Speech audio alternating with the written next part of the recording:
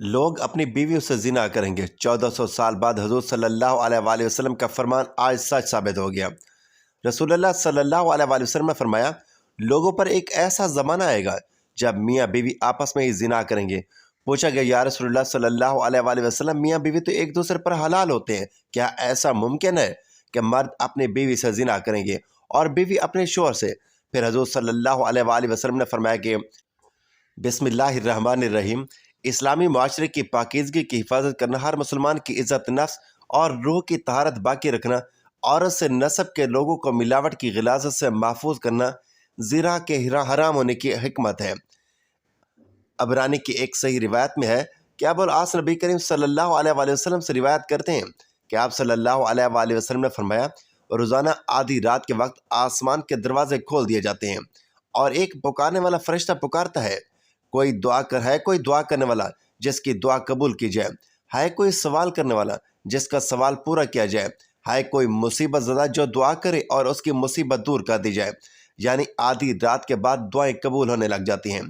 ناظرین، اللہ تعالیٰ ہر دعا کرنے والے مسلمان کی دعا قبول فرماتا ہے، سوائے زانیہ کے جو اپنی شرمگاہ کے ذریعے غیر مرد کو سیراب کرتی ہے۔ زانیہ عورت جو زنا کے ذریعے مرد کا دل بہلاتی ہے اور پھر اس کی دعا قبول نہیں ہوتی۔ زنا کرنے والے لوگ خود اپنے آپ کو اللہ کے عذاب کا مستحق بنا لیتے ہیں۔ حضرت عبداللہ بن عباس رضی اللہ تعالیٰ عنہ کہتے ہیں کہ رسول اللہ صلی اللہ علیہ وآلہ وسلم نے فرمایا، جب کسی بستی میں زنا اور سود عام ہو جائے تو گویا اس بستی کے لوگوں نے اپنے آپ کو اللہ کے عذاب کا مستحق بنا لیا کہ ان پر کسی بھی طرح کا عذاب آ جائے۔ پھر اسی طرح زانی کو دنیا میں بھی اللہ کی طرف سے سزا مل کر رہتی ہے، یعنی یہ ایک ایسا جرم ہے کہ جس کی سزا دنیا میں بھی ملتی ہے اور آخرت میں بھی۔ حضرت انس کہتے ہیں کہ رسول اللہ صلی اللہ علیہ وآلہ وسلم نے فرمایا، دو گناہ ایسے ہیں جن کی سزا میں جلدی کی جاتی ہے اور دنیا ہی میں دے دی جاتی ہے۔ نمبر 1 زنا، نمبر 2 والدین کی نافرمانی کرنے والا، ماں باپ کی بات نہ ماننے والا۔ اور اب یہ کہ جو شخص ایسے بیماری میں مبتلا ہو جاتا ہے یا زنا جیسے بیماری میں مبتلا ہو جاتا ہے تو پھر اس کا ایمان کیسے رخصت ہوتا ہے کہ اس گناہ کو چھپانے کے لیے جھوٹ پر جھوٹ بولتا چلا جاتا ہے، ایک نہیں کئی جھوٹ بولتا ہے۔ اور جب کوئی انسان جھوٹ بولتا ہے تو اس کے منہ کی بدبو سے فرشتہ اس سے کئی میل دور چلا جاتا ہے، اس انسان سے اللہ تعالیٰ کی حفاظت ہٹ جاتی ہے اور وہ شخص ذلیل ہو کر رہتا ہے۔ دنیا میں بھی انسان پر طرح طرح کی بیماری اور طرح طرح کی مصیبتیں نازل ہوتی ہیں، پھر بڑھاپے کی عمر میں زنا کرنا اللہ کے غضب اور غصے کو اور بھڑکاتا ہے۔ پھر اسی طرح جس بستی میں زنا عام ہو جائے وہاں موتیں بہت ہونے لگ جاتی ہیں، موت کی کثرت ہو جاتی ہے، قتل کی کثرت ہو جاتی ہے۔ پھر اسی طرح کسی بھی غیر حاضر شخص کی بیوی سے زنا کرنے والے شخص پر اللہ تعالیٰ قیامت کے روز ایک سانپ مسلط کر دیں گے۔ مذہبی کتب میں قیامت کے آنے سے پہلے بہت ساری علامات کا ذکر کیا گیا ہے۔ قیامت کی علامات میں سے سب سے پہلی علامت حضرت محمد رسول اللہ صلی اللہ علیہ وآلہ وسلم کی آمد اور وفات سے پچھلی آسمانی کتابوں میں آپ صلی اللہ علیہ وآلہ وسلم کا لقب نبی الساعہ لکھا ہے، جس کا معنی ہے قیامت کا نبی، یعنی حضور صلی اللہ علیہ وآلہ وسلم وہ آخری نبی ہوں گے کہ جن کی امت پر قیامت قائم ہوگی۔ قیامت آنے سے قبل حضور صلی اللہ علیہ وآلہ وسلم نے فرمایا کہ اولاد نافرمان ہو جائے گی، بیٹے تک ماں کی نافرمانی کرنے لگے گی، دوست کو اپنا اور باپ کو پرایا سمجھا جانے لگے گا، علم اٹھ جائے گا اور جہالت عام ہو جائے گی، دین کا علم لوگ دنیا کمانے کے لیے حاصل کرنے لگیں گے، نااہل لوگ امیر اور حاکم بن جائیں گے اور ہر قسم کے معاملات عہدے نامناسب اور نااہلوں کے سپرد ہو جائیں گے۔ جو جس کام کا اہل اور لائق نہ ہوگا وہ کام اس کے سپرد ہو جائے گا۔ لوگ ظالموں اور برے لوگوں کی تعظیم اس وجہ سے کرنے لگیں گے کہ یہ ہمیں تکلیف نہ پہنچائیں گے، شراب کھلم کھلا پی جانے لگے گی، اعلانیہ طور پر ناچنے اور گانے والی عورتیں عام ہو جائیں گی، گانے بجانے کا سامان اور آلات موسیقی بھی عام ہو جائے گا، لوگ امت کے پہلے بزرگوں کو برا بھلا کہنے لگیں گے، جھوٹ عام پھیل جائے گا اور جھوٹ بولنا کمال سمجھا جانے لگے گا، امانت میں خیانت شروع ہو جائے گی، امانت کے طور پر رکھائی جانے والی چیزوں کو لوگ ذاتی دولت سمجھنے لگیں گے، نیک لوگوں کے بجائے غلط کار قسم کے لوگ اپنے اپنے قبیلے اور علاقے کے سردار بن جائیں گے، شرم و حیا بالکل ختم ہو جائے گی۔ ابھی موجودہ زمانے میں آپ خود دیکھیں گے کہ یہ سب علامتیں پوری طرح موجود ہیں۔ حضور صلی اللہ علیہ وآلہ وسلم نے فرمایا، قیامت آنے سے پہلے ظلم و ستم عام ہو جائے گا، ایمان سمٹ کر مدینہ منورہ کی طرف چلا جائے گا، جیسے سانپ سکڑ کر اپنے بل کی طرف چلا جاتا ہے، ویسے حالات پیدا ہو جائیں گے کہ دین پر قائم رہنے کے لیے وہ حالت ہوگی جو ہاتھ میں انگارہ پکڑنے والے کی ہوتی ہے۔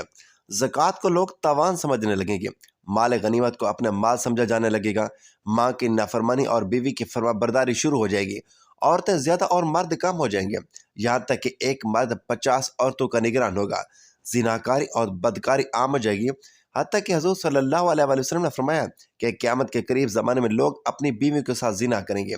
بلکہ جب ہم نے یہ حدیث پاک پڑھی کہ لوگ اپنی بیویوں کے ساتھ زنا کریں گے تو ہمیں اس بات کی سمجھ نہیں آئی، تو ہم نے اپنے مولانا سے پوچھا کہ مولانا صاحب اس کا کیا مطلب ہے کہ لوگ اپنی ہی بیویوں سے زنا کریں گے؟ تو انہوں نے فرمایا کہ ہاں، اس کی کئی صورتیں ہیں۔ ایک صورت تو اس کی یہ ہے کہ مرد یا عورت کوئی کفریہ بول دے اور نکاح ٹوٹ جائے اور ان کو اس کا پتہ ہی نہ ہو کہ نکاح ٹوٹ گیا ہے یا نہیں۔ اور آج کل تو یہ بات بہت ہی عام ہو چکی ہے، لوگوں کو اس بات کا علم ہی نہیں ہوتا، بلکہ قاری ثناءاللہ پانی پتی نے لکھا ہے کہ اگر دو بندے گفتگو کر رہے تھے کہ ایک نے کہا کہ یہ تو شریعت کی بات ہے اور اگلے نے جواب دیا کہ رکھ پڑے شریعت کو، تو وہ آدمی کافر ہو گیا۔ تو ہمیں چاہیے کہ ہم علماء سے پوچھیں کہ کلاماتی کفر کون کون سے ہیں، یہ نہ ہو کہ ہم ایسے جملے بول دیں اور کفر کا ارتکاب کر رہے ہوں۔ کئی جملے تو بہت عام ہیں، تو ان کا علم حاصل کرنا بہت ضروری ہے کہ کہیں ہم تو اپنی گفتگو میں کوئی ایسی بات نہیں کہہ جاتے جس کی وجہ سے نکاح ٹوٹ گیا ہو، تو پھر ہم بھی ایسے ظلم میں ابھی بھی رہ رہے ہیں اور زنا کا گناہ لکھا جا رہا ہے۔ تو فرمایا کہ مرد قرب قیامت میں اپنی ہی بیویوں سے زنا کریں گے۔ ایک صورت تو یہ ہے کہ یہ کفریہ کلمات بیوی سے بولیں تو بھی نکاح ٹوٹ جاتا ہے، اور اگر خاوند بولے تو بھی نکاح ٹوٹ جاتا ہے، اور دوسری صورت ایک دوسرے کے ساتھ بحث، اور یہ تو ہر گھر کی بات نظر آتی ہے۔ جب شادی ہوتی تو میں بولتا تھا اور بیوی سنتی تھی، اس نے کہا پھر اپنے بچے ہو گئے تو بیوی بولتی تھی اور میں سنتا تھا، اس نے کہا پھر ہم دونوں بوڑھے ہو گئے، اب ہم دونوں بولتے تھے اور محلے والے سنتے تھے۔ بڑھاپے میں بحث و تکرار اور زیادہ ہو جاتی ہے، اور اس میں ہوتا کیا ہے، مرد کی زبان میں کنایہ طلاق نکل جاتی ہے۔ کنایہ کہتے ہیں، لفظ طلاق والا نہیں بولا، لیکن بات ایسی کر دی کہ مفہوم طلاق والا ہی نکلتا ہے، اس کو کنایہ میں طلاق کہتے ہیں۔ اب یہ گناہ بہت زیادہ ہے، غصے میں کہہ دیتے ہیں کہ چلی جا، مجھے تیری کوئی ضرورت نہیں۔ آج کے بعد اس قسم کے الفاظ جس کا نتیجہ یہ نکلے کہ تو میری بیوی نہیں ہے، اب اس قسم کے مسائل کی بھی معلومات حاصل کرنی چاہیے۔ شریعت کہتی ہے کہ علم حاصل کرو، ایسا نہ ہو کہ کنایہ میں طلاق ہو جائے، جنہیں پتہ بھی نہ ہو اور وہ ساتھ رہ رہے ہوں۔ اور آج کل تو یہ حالات ہیں کہ زبان سے طلاق کہہ دیتے ہیں، طلاق ہو بھی جاتی ہے، پتہ بھی ہے دونوں کو، مگر بدنامی ہو جائے گی، پھر میاں بیوی اکٹھے رہ رہے ہوتے ہیں ایک گھر میں ایک کمرے میں، تو یہ زنا کر رہے ہوتے ہیں۔ قربان جائے اس سچے نبی کی مبارک زبان پر جس نے 1400 سال پہلے بتا دیا تھا کہ قرب قیامت کے نزدیک لوگ اپنی بیویوں سے زنا کریں گے۔ ناظرین، صحیح بخاری کی ایک حدیث کے مطابق قرب قیامت کی ایک نشانی یہ بھی ہے کہ اقتدار غلط لوگوں کے ہاتھ میں دے دیا جائے گا۔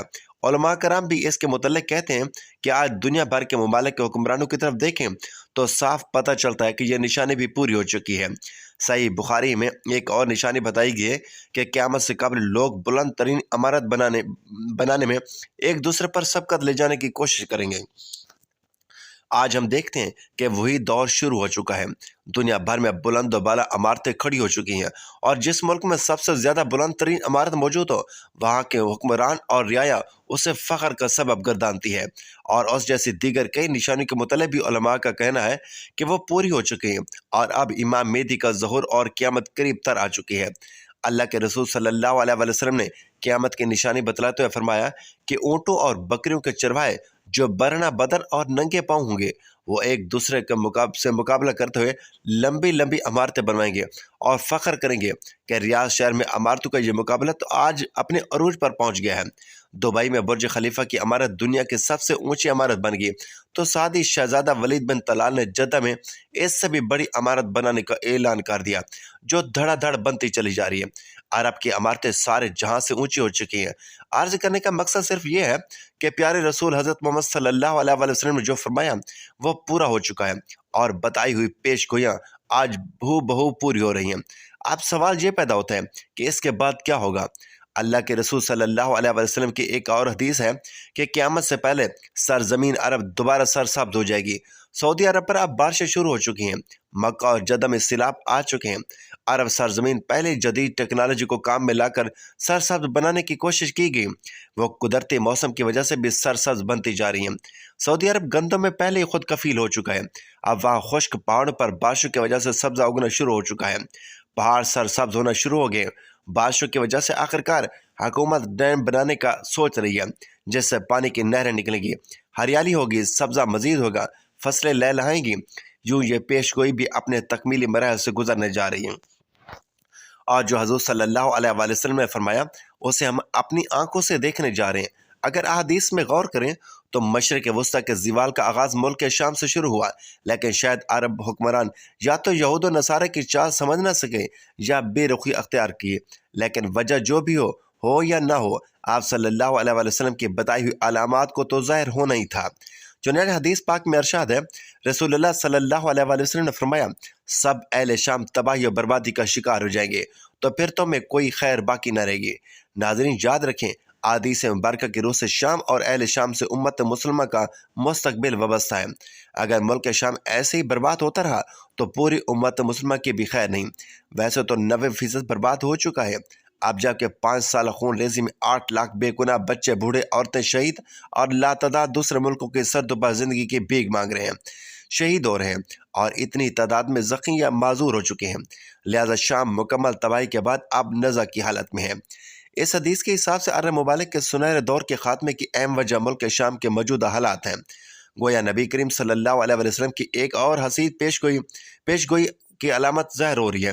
یاد رکھیں کہ شام کے متعلق اسرائیل، روس، امریکہ جو بھی یہاں جھوٹے ہیلے بہانے بناتے ہیں، لیکن ان سب کا اصل ہدف جزیرۃ العرب ہے، کیونکہ کفار کا عقیدہ ہے کہ دجال ہمارا مسیح ہے۔ اس وجہ سے یہ لوگ دجال کے انتظامات مکمل کر رہے ہیں، جس کے لیے عرب ممالک میں عدم استحکام پیدا کرنا ہے، کیونکہ ملک شام پر یہ یہود و نصارہ قبضہ کرنا چاہتے ہیں، اور یہ ہو کر رہے گا۔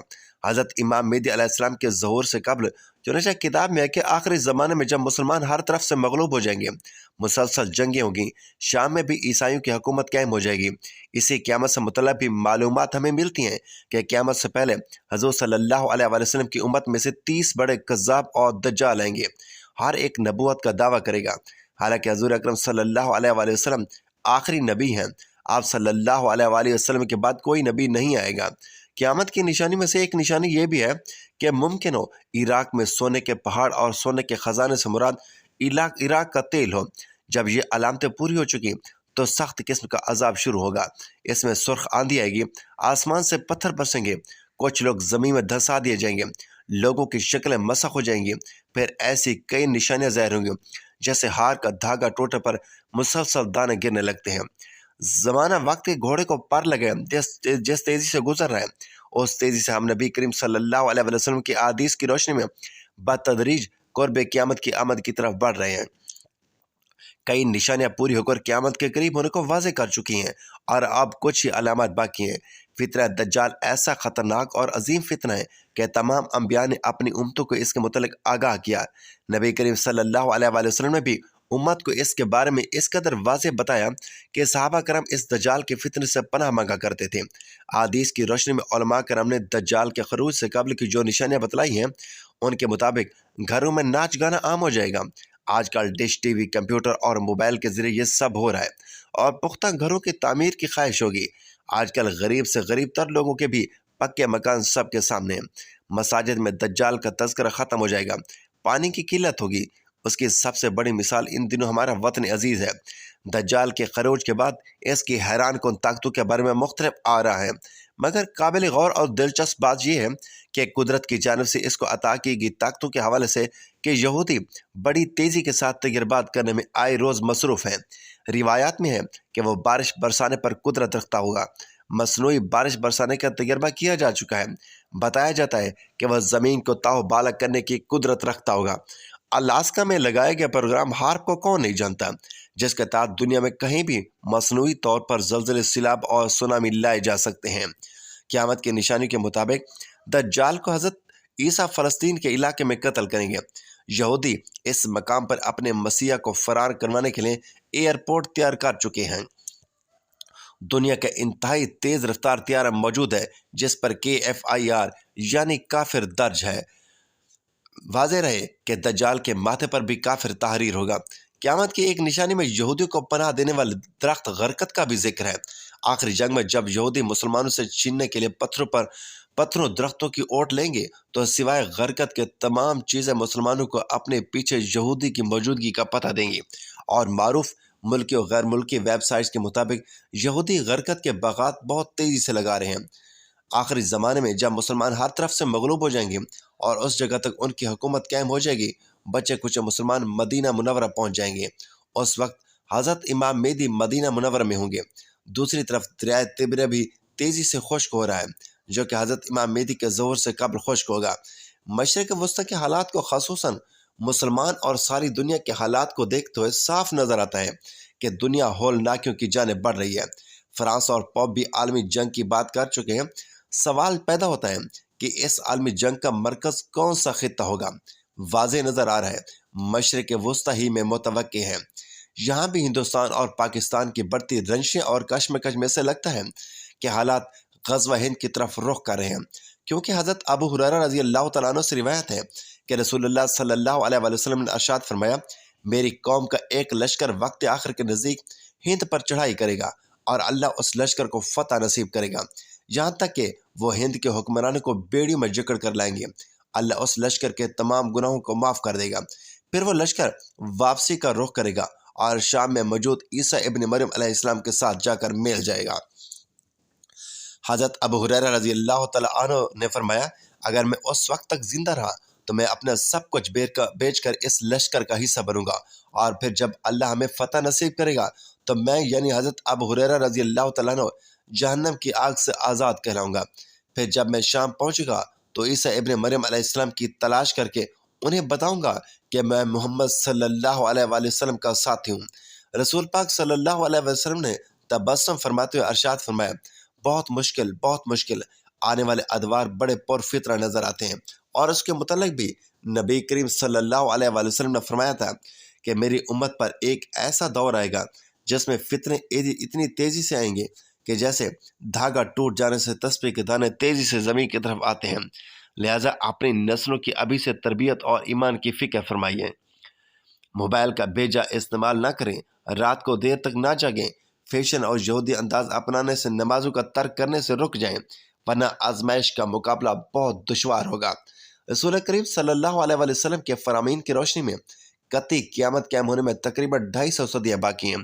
البتہ دور قیامت کا آغاز ہو چکا ہے۔ تمام دور فتن و فساد سے معمور ہے۔ جنگ و جدل اور مختلف طاقتوں کے مابین کھینچا تانی کا تسلسل رہے گا۔ حق و باطل کے اس معرکہ رائم خون انسانی ارزاں ہوگا۔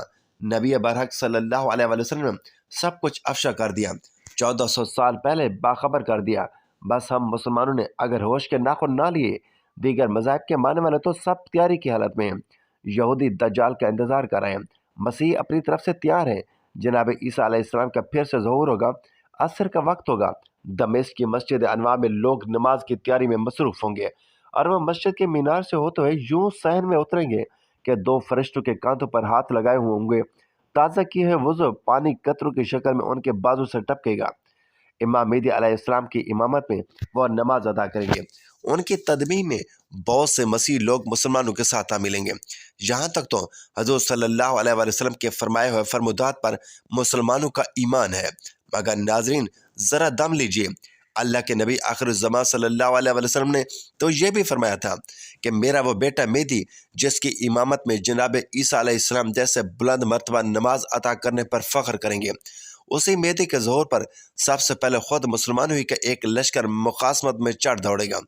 وہ اللہ کے حکم سے زمین بوس ہو جائے گا۔ مگر کلیجہ کٹ جاتا ہے یہ سن کر کہ اب مسلمانوں کو کبھی عقل سلیم عطا بھی ہوگی کہ نہیں، یا ہم آل رسول سے ہی دشمنی کرتے رہیں گے۔ جن یہودیوں سے عداوت ہے وہ تو اپنے ہاں کا سب سے اعلیٰ مذہبی مقام بعض اپنے نبی جناب ہارون علیہ السلام کی آل کے لیے یہ مختص کر رکھتے ہیں، کسی اور کو وہ اس منصب پر فائز ہی نہیں ہونے دیتے۔ تو پھر ہم مسلمانوں کو یہ شعور کیوں حاصل نہیں، جبکہ ہمارے نبی صلی اللہ علیہ وسلم کی آل پاک کو سرفرازیاں تو خود اللہ رب العزت نے عطا فرمائی ہیں۔